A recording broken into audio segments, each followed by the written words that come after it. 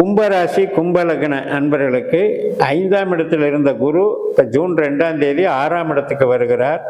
6ஆம் இடம் என்பது பகை, நோய், கடன் என்று சத்ரு ருணஸ்தானம் என்று சொல்லுவார்கள். ஆனாலும் கூட அந்த 6ஆம் இடம் தான் நமக்கு வேலை கொடுக்கும், பணம் கொடுக்கும், நமக்கு தொழில் பலத்தை கொடுக்கும்.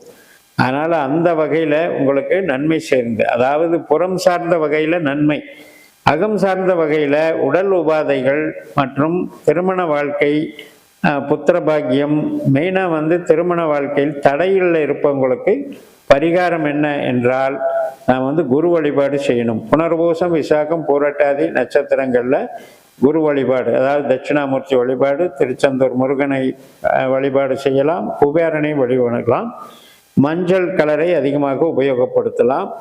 ஆனால் தொழிலுக்கு மிக மிக சிறப்பான காலகட்டம். புதுசாக வேலை இல்லாதவர்களுக்கு வேலை வாய்ப்பு கிடைப்பதும், புதிய தொழில் தொடங்குபவர்களுக்கு தொழில் அபிவிருத்தி நடப்பதும், பணப்பிராப்தியும் ஏற்படும். நன்றி, வணக்கம்.